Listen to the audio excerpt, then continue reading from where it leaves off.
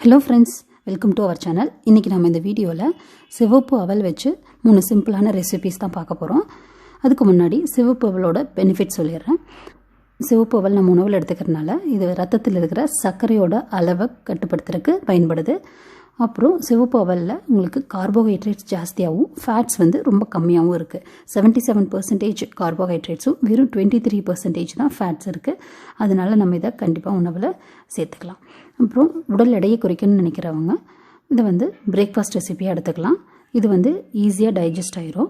நம்ம வெஜிடபிள்ஸோடு சேர்த்து குக் பண்ணி கேரட், பட்டாணி அந்த மாதிரி வெஜிடபிள்ஸோடு சேர்த்து குக் பண்ணி கப் ஆஃப் அவல் எடுத்துட்டோம் அப்படின்னா அதில் வெறும் 250 கலரிஸ் தான் இருக்குது. அப்புறம் இது சாப்பிடும்போது கொஞ்சம் லெமன் ஜூஸ் கலந்து சாப்பிட்டோம் அப்படின்னா இந்த அவலில் இருக்கிற இரும்பு சத்தும் நமக்கு உடலுக்கு கிடைச்சிரும். இந்த மாதிரி இதில் நிறைய பெனிஃபிட்ஸ் இருக்குது. அதனால் இதை நம்ம கண்டிப்பாக உணவில் எடுத்துக்கலாம். இப்போ ஃபஸ்ட்டு நான் அவல் வச்சு லட்டு எப்படி செய்கிறதுன்னு பார்க்கலாம். அதுக்கு முன்னாடி நம்ம இந்த அவல் ப்ரிப்பேர் பண்ணோம். இந்த அவலை நான் இன்றைக்கி இதில் 1 கப் அவல் எடுத்திருக்கேன். இதை நான் ஃபஸ்ட்டு நல்லா ஊற வச்சுக்க போகிறேன். ஊற வைக்கிறதுக்கு முன்னாடி இதை 4 டைம் நல்லா தண்ணியில் அலசிடலாம். இதில் நிறைய தூஸ் எல்லாம் இருக்கும். அதனால் 4 டைம் நல்லா அலசிட்டு நான் இது ஊற வைக்க போகிறேன். ஊற வைக்கிறதுக்கு இந்த அவல் முழுகிற அளவுக்கு தண்ணி ஊற்றிட்டு கொஞ்சம் மேலே இருக்கிற மாதிரி தண்ணி ஊற்றி நம்ம ஒரு 15 மினிட்ஸ் நல்லா ஊற வச்சிடலாம். அப்போ தான் இது நல்லா சாஃப்ட் ஆகும் இந்த அவலை. அதுக்கப்புறம் எடுத்து கொஞ்சமாக தண்ணி இருக்கும், நம்ம அதை வடித்து எடுத்துக்கலாம். அப்போ தான் நம்ம இந்த அவல் உதிரி உதிரியாக வரும் நம்ம செய்யும்போது. அதனால் தண்ணி வடித்து எடுத்துக்கலாம். இப்போது நம்ம லட்டு செய்கிறதுக்கு நான் இந்த கப்பில் 1/2 கப் ஊற வச்சுருக்க அவல் எடுத்திருக்கேன். அதுக்கப்புறம் இதுக்கு தேவையான சர்க்கரை பார்த்திங்கன்னா அதுலேயே பாதி அளவுக்கு நீங்கள் எவ்வளோ அவல் எடுத்தீங்களோ அதில் பாதி அளவு சர்க்கரை எடுத்தால் போதும். இதில் 1/2 கப் அவல் எடுத்தேன்னா இதில் 1/4 கப் நம்ம அவல் சர்க்கரை எடுத்தால் போதும். இப்போது இது ரெண்டையும் சேர்த்து நம்ம நல்லா அரைச்சிக்கலாம். அவல் எடுத்து வச்சுருக்க சர்க்கரை, அதுக்கப்புறம் ஒரே ஒரு ஏலக்காய் இதோடு சேர்த்துருக்கேன். நல்லா வாசனைக்காகவும் ஏலக்காயிலையும் நிறைய பெனிஃபிட்ஸ் இருக்குது. அதனால் நம்ம இதை சேர்த்து அரைச்சி எடுத்துக்கலாம். இந்த 3ஐயும் சேர்த்து நல்லா அரைச்சி எடுத்துக்கோங்க. இப்போ பாருங்கள், மிக்ஸ் இந்த மாதிரி உங்களுக்கு கிடச்சிரும். இப்போது நான் இந்த மிக்ஸை ஒரு பவுலில் மாற்றிட்டு இப்போது இது கூட நான் ஒரு 4 டீஸ்பூன் நெய் மட்டும் சேர்க்குறேன். சேர்த்துட்டு இதை நல்லா உருண்டைகளாக பிடிச்சோம் அப்படின்னா சிவப்பு அவல் லட்டு ரெடி ஆகிடுச்சு. இவ்வளோதாங்க. இதை சிம்பிளாக செஞ்சிடலாம். இது ரொம்ப சத்தானதும் கூட.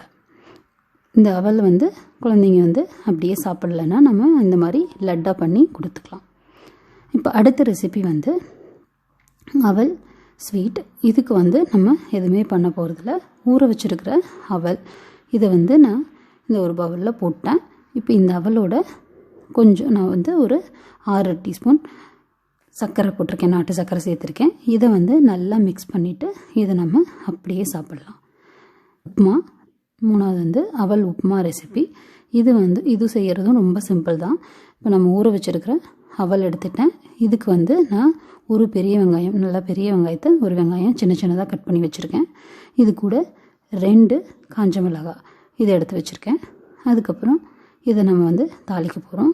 இது வானலியில் எண்ணெய் விட்டு கடுகு சேர்த்துட்டேன். கடுகு பொரிஞ்சோனையும் இந்த நறுக்கி வச்சுருக்க வெங்காயம், அதுக்கப்புறம் மிளகாய் இதை சேர்த்து வதக்கலாம். வதக்கும்போது ஒரு கொத்து கருவேப்பிலை, அலசி வச்சுருக்க கருவேப்பிலையும் போட்டேன். அவ்வளோதாங்க. வெங்காயம் நல்லா வதங்கினதுக்கப்புறம் இது கூட ஒரு 1/4 டீஸ்பூன் மஞ்சத்தூள் சேர்த்துருக்கேன். மஞ்சத்தூள் சேர்த்துட்டு அதுக்கப்புறம் நம்ம ஊற வச்சுருக்க அவலையும் சேர்த்துக்கலாம். இப்போ அவலையும் சேர்த்தாச்சு. அவல் சேர்த்ததுக்கப்புறம் நம்ம இதுக்கு தேவையான உப்பு சேர்த்துட்டு நீங்கள் இதை நல்லா கிளறி விட்டுக்கலாம். ஒரு 5 மினிட்ஸ் நல்லா இந்த அவல் சூடாகிற வரைக்கும் நம்ம கிளறி விட்டுக்கலாம். நல்லா உப்பும் மிக்ஸ் ஆகி வந்துடும். அவ்வளோதாங்க. சிம்பிளான அவல் உப்புமா ரெடி ஆகிடுச்சு. இது சர்க்கரை நோயாளிகள் காலை உணவாக இதை எடுத்துக்கலாம். இந்த 3 ரெசிபியுமே நீங்கள் கண்டிப்பாக ட்ரை பண்ணி பாருங்கள். உங்களுக்கும் பிடிச்சிருக்கும். உங்களுக்கு இந்த வீடியோ பிடிச்சிருந்ததுன்னா லைக் பண்ணுங்கள், ஷேர் பண்ணுங்கள், கமெண்ட் பண்ணுங்கள், சேனலை சப்ஸ்கிரைப் பண்ணுங்கள். தேங்க்யூ ஃபார் வாட்சிங்.